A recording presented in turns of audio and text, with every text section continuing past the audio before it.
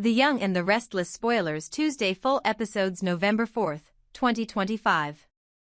The quiet ache of regret lingered like perfume in the air as Claire stared at her phone, her thumb hovering over the picture Kyle had sent, the one of him and Harrison, smiling under the afternoon sun as if nothing in the world had ever broken them. The sight was both tender and unbearable. She remembered the sound of Harrison's laughter, the way he used to cling to her hand during walks through the Abbott Gardens, the way Kyle would glance at her when he thought she wasn't looking, half amusement, half something deeper. They had once been a small, accidental family, built on stolen moments and fragile hope, and now that illusion had dissolved into distance. The guilt came rushing back in waves, drowning out the noise of Los Angeles traffic outside her window. She felt like she had failed them both, the Kyle, who had trusted her with his heart, and Harrison, who had trusted her with his innocence. Victoria watched her daughter quietly, sensing the fracture behind the calm. There was something in Claire's posture, a heaviness, a kind of quiet resignation that no amount of reassurance could erase. She reached out, her voice steady but gentle, reminding Claire not to apologize for surviving, not to drown in shame over the ways she had tried to protect herself. "Don't feel guilty for how you live," she said softly, because she knew that guilt was a trap, one that she herself had fallen into too many times. But Claire only nodded faintly, the photograph still glowing on the screen, a frozen reminder of a happiness she could no longer touch. Her heart twisted at the thought that Harrison might think she had simply walked away, when in truth, she had never stopped caring. At the Abbott estate, the past seemed to breathe through the old walls as Kyle wandered through the empty living room, holding a cup of untouched coffee. The picture he had sent to Claire still sat open on his phone, unanswered. He tried to tell himself that silence didn't mean rejection, but he knew better. Each passing hour without her response was another confirmation that something between them had fractured beyond repair. When he closed his eyes, he could still see her standing by the balcony in Nice, the wind catching her hair, the way she had looked at him before everything unraveled. He wanted to believe that what they had meant something more than timing, more than distance, more than mistakes, but love, he was realizing, wasn't always enough to survive reality. Jack entered the room quietly, his presence grounding but heavy with understanding. He could read his son's turmoil without needing words. When Kyle said he was thinking of going back to Los Angeles, Jack immediately offered to go with him, but Kyle hesitated. His mind was too clouded, his emotions too raw. "I'm not in the best headspace," he admitted, his voice a low rasp. Jack gave a knowing smile, the kind only a father who had lived through his own regrets could offer. "Let me guess," he said. "Claire." The name hung in the air like an open wound. Kyle didn't deny it. He confessed he had made mistakes, that he had chosen the wrong time, the wrong way, and that maybe dragging his father away from Genoa City had only made things worse. Jack simply nodded, recognizing the quiet agony in his son's voice. Kyle leaned against the edge of the piano, staring at the floor as if searching for words that would make the ache less unbearable. He said he wished he could be in two places at once, to be the father Harrison needed while still being close enough to fix things with Claire, but no matter how he twisted it, something would always suffer. "I don't even know where to start anymore," he murmured, the fatigue in his tone betraying more than just exhaustion. "Too much has changed between us since I came back from Nice. Seeing her again in Los Angeles just confirmed what I already feared, that I've lost her for good." The admission left him hollow, the kind of emptiness that follows a love that refuses to die quietly. Jack watched him closely, recognizing the depth of his son's despair. He tried to offer words of comfort, but Kyle wasn't listening. His mind was spinning with what-ifs. What if he had stayed in Los Angeles? What if he had fought harder? What if he had never let her walk away? The image of Holden, the man Claire was now connected to, gnawed at him in ways he couldn't explain. Something about Holden felt off, unpredictable, dangerous even, and the thought of Claire being near that kind of volatility made his chest tighten. "I keep worrying something might happen to her," he admitted, rubbing his temples. "I should have stayed there. I shouldn't have left her alone in that mess." The words came out as both confession and punishment, a cycle of self-blame that had no end. He told Jack about the picture he had sent, the one that now mocked him with its silence. He had hoped that seeing Harrison's face might remind Claire of what they once shared, of the connection they all had. But her lack of response stung worse than outright rejection. "I understand if she doesn't want to talk to me," Kyle said bitterly, "but Harrison didn't do anything to hurt her. He loves her. Or at least, I thought he did." The uncertainty in his voice cracked something in Jack's heart.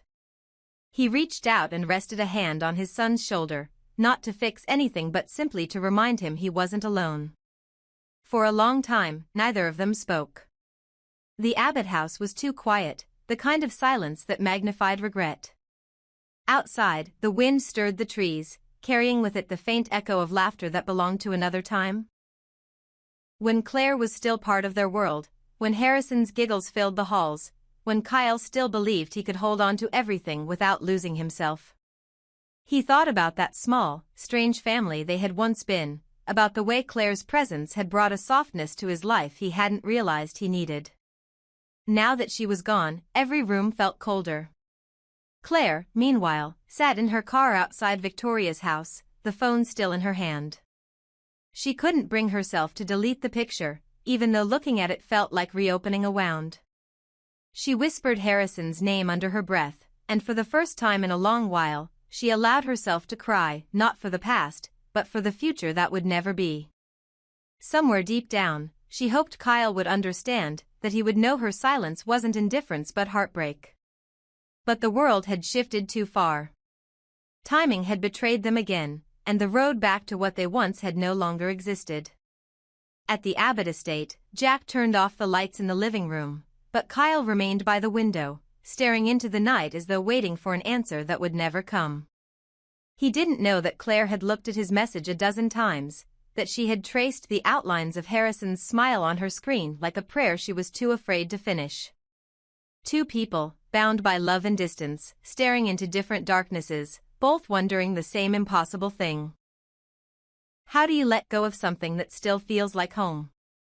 The night in Genoa City was heavy with the kind of silence that precedes chaos, the kind that feels alive with unspoken truths and restless hearts. In one corner of the city, Nick and Sharon found themselves entangled in a storm they thought they had already survived. Matt Clark had returned like a ghost in flesh, carrying with him the memory of everything they had tried to bury. Sharon's nerves were frayed, her guilt visible in every tremor of her hands as Nick paced the room. They both knew that facing Matt again was inevitable. He wasn't just a remnant of Sharon's past, he was the shadow that had shaped their present. For Nick, the confrontation was not merely about betrayal, it was about reclaiming what was his, about protecting the fragments of family that Matt had once tried to destroy. But this time, things were different. Sharon wasn't the same fragile woman Matt once manipulated, and Nick was no longer the naive man who believed love could erase history. They were battle-worn, bruised by years of lies, and what awaited them in that encounter would force them to confront everything they had denied, the depth of Sharon's past choices, and the dark truth that sometimes love itself is not enough to keep evil away. Meanwhile, at the Abbott estate, the storm took a quieter form. Kyle sat in his father's study, the fire flickering across his exhausted face. His phone was still silent. No reply from Claire, no sign of hope that the connection between them still existed. He confessed to Jack that he didn't understand what went wrong, that every word he'd written to her felt like shouting into a void. The frustration had settled into something heavier, resignation mixed with longing. Jack listened with the patient sorrow of a man who had watched too many love stories fall apart under the weight of pride and timing. "Maybe," Jack said gently, "you need to let her come to you. People run when they're scared, but if she still loves you, she'll find her way back." Kyle exhaled sharply, leaning forward, admitting that what frightened him most wasn't her silence, it was the possibility that she had already moved on. Jack didn't respond right away, he didn't need to. The truth was already written in Kyle's eyes. The father could offer wisdom, but not salvation. There are some heartbreaks even time refuses to heal. And indeed, across the city, Claire was trying to drown her own confusion in the arms of Holden Novak. Their connection had begun as distraction, but the chemistry between them burned too fiercely to ignore. The walls of her hotel suite were bathed in the golden haze of half-drawn curtains, the air thick with the aftermath of desire. As they lay tangled in sheets and breath, Holden turned toward her with a satisfied grin, telling her how incredible she was, how what they shared had been perfect. Claire, her skin still warm, her thoughts still spinning, admitted in a trembling voice that this was the first time she had ever let go so completely, the first time she had allowed herself to stop thinking. Holden studied her for a moment, a smirk tugging at his lips before he asked, almost teasingly, whether she regretted it. Her answer came without hesitation. No. Then she kissed him again, sealing the lie she told herself, that she was fine, that this didn't mean anything deeper. But when his eyes closed, hers didn't. She stared at the ceiling, the sound of his breathing growing softer beside her, and felt the guilt begin to creep in. Afterward, Holden stretched lazily and told her that he understood she had family things to deal with, that Victoria and the Newmans had likely taken over her schedule, but maybe, if she found some free time, they could meet again later. She smiled faintly and nodded, but her mind was already far away. When he finally left, the silence in the room was suffocating. She picked up her phone, instinctively opening her messages, and there it was, the unread text from Kyle. The image of him and Harrison smiling, the one she had ignored out of fear. Her stomach twisted. The guilt hit her hard, sharper than before, because now she knew that while she had been chasing distraction, he had been reaching out from the ruins of their love, still trying to remind her of what they once were. She sat for a long moment, torn between deleting the message and answering it, her thumb hovering over the screen, her heart pounding in her chest. In the end, she couldn't do either. Instead, she found herself scrolling to another contact, Victoria. The maternal warmth in her mother's voice was always her refuge, the only place where she could admit the things she was too afraid to say aloud. She texted, asking if she was still awake. Minutes later, there was a knock on the door, and Victoria stepped in, her presence calm, her expression soft but perceptive. She didn't need an explanation, she could already see the conflict in her daughter's eyes. Claire tried to explain, tried to say that something inside her was broken, that she didn't understand why she pushed away the people who cared about her most. She admitted that she was terrified of commitment, that the thought of building something lasting made her want to run, even when her heart wanted to stay. Victoria listened without judgment, her own memories flickering behind her composed expression. She had once been the same, caught between strength and fear, between wanting control and needing love. "It's okay not to know what happens next," she said finally, her hand resting lightly on Claire's. "You don't have to have it all figured out. Sometimes, the heart needs to lose control before it learns how to choose." The words hung in the air, simple but heavy with truth. Back at the Abbott estate, Kyle sat in silence, unaware that the woman he loved was unraveling in a hotel room across town. Jack poured him a drink and told him that sometimes, when people disappear, it isn't about rejection, it's about them trying to find the pieces of themselves they lost. But Kyle wasn't sure he believed in that kind of redemption anymore. He felt as though every step he took toward Claire only pushed her further away.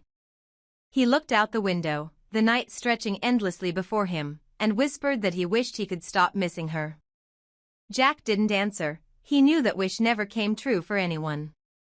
In another part of the city, Sharon and Nick finally stood face to face with Matt Clark. The confrontation was colder than they had expected, more psychological than violent. Matt didn't flinch when they accused him of manipulation, of haunting Sharon's life even after everything he had done. He only smiled faintly, his words sharp as glass. He said the past never really dies, it just waits. Nick wanted to punch him, to erase that smirk, but Sharon placed a trembling hand on his arm. They had already been through too much destruction to invite more. The encounter ended with no closure, only the bitter understanding that some ghosts refused to leave. By the end of the night, every corner of Genoa City seemed to hum with unfinished sentences and quiet heartbreak.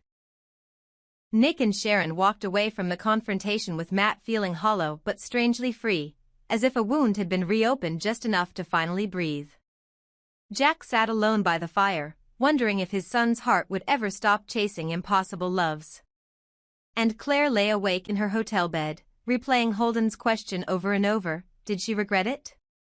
The answer had been no, but now, in the stillness, she wasn't so sure. The guilt of her silence toward Kyle, the warmth that hadn't faded, the ache of what could have been, all of it tangled inside her chest. She turned off her phone and closed her eyes, trying to convince herself that tomorrow would bring clarity. But the truth was simple and cruel. She was already caught between two worlds, one that burned with passion, and one that still whispered her name in regret. The night inside Genoa City unfolded like a web of half-seen truths. At the Abbott estate, Jack Abbott leaned back in his chair as Kyle paced, his frustration simmering beneath a thin layer of control. Jack told him quietly that sometimes, love had to run its course. Everything is in Claire's hands now, he said, watching his son's restless movements. You can't force clarity from someone who's still lost. Kyle, however, refused to accept helplessness. His eyes darkened with determination as he replied that maybe there was something he could do.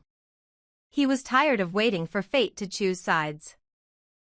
If Claire couldn't see who Holden Novak truly was, he would expose the truth himself.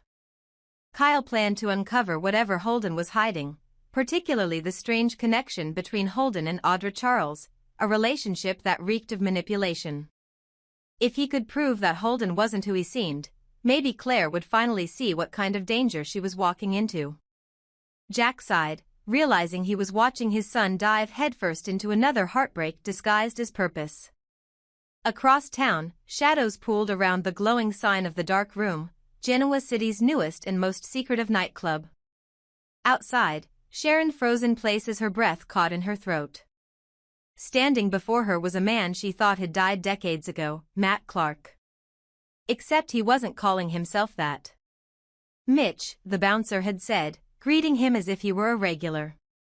For a second, Sharon thought her mind was playing tricks on her, that trauma was making her see ghosts. But the face, those eyes, there was no mistaking them. Panic surged through her chest. That's impossible, she whispered. You're supposed to be dead. The man tilted his head, confusion, or something pretending to be confusion, crossing his face. He told her she must be mistaken, that he didn't know her. But the voice, the cadence, the quiet cruelty beneath it, it was Matt. She felt it in her bones. Before she could demand more answers, the bouncer stepped between them, addressing him as Mr. Mitch, inviting him inside. Sharon tried to follow, her voice breaking as she called out, but the guard held her back, his expression unreadable. Private members only, he said coldly, closing the door in her face. Heart pounding, Sharon raced back through the rain-slick streets to the hospital, where Nick Newman was reviewing Noah's test results. She burst in, her words tumbling over each other, her face pale with disbelief. She told him she had just seen Matt Clark alive and well. Nick looked at her like she had lost her mind. That's impossible, he said sharply. Matt Clark has been dead for decades. But Sharon's insistence didn't waver. I looked him in the eyes, she said. I know what I saw. It was him. Nick's skepticism began to crumble beneath the intensity of her fear. When she mentioned that the guard had called him Mitch and led him into the dark room, the unease in Nick's stomach turned to dread. He tried to rationalize it, maybe it was someone else, maybe a lookalike, but then Sharon said something that froze him mid-breath. If this man, Mitch, was Sienna Bacall's husband, then the car crash that nearly killed Noah might not have been an accident at all. If Matt Clark is really alive, Nick muttered, then we're staring at something much darker than we thought. His voice hardened with resolve. I need to see it for myself. That night, the two of them returned to the dark room, its neon glow pulsing like a heartbeat in the fog. The bouncer recognized them instantly and refused entry. Sharon pleaded, but he stood firm, his face expressionless. Thinking fast, Nick suggested showing the man a photo of Noah, hoping that invoking the accident might shake something loose. The guard hesitated, then glanced toward the side entrance. 5 minutes, he muttered, allowing Nick to slip in while blocking Sharon's way. Inside, The club was a labyrinth of shadows and whispered conversations, the air heavy with perfume and secrets. Nick moved cautiously, scanning faces, until he spotted Sienna Bacall at the bar. Her beauty was sharp-edged, her eyes cold as glass. When she saw him, a flicker of irritation crossed her features. Nick wasted no time. He told her about Sharon's encounter, about the man she swore was Matt Clark, and how the bouncer had addressed him as Mitch. "You're married to him," Nick said, his tone accusatory. "I just want to see his face. I want to know who he really is." Sienna laughed, the sound brittle, rehearsed. "I don't know any Matt Clark," she said. "And my husband isn't even here tonight." Her words were smooth, but there was a slight tremor in them, just enough to betray discomfort. Nick stepped closer, lowering his voice.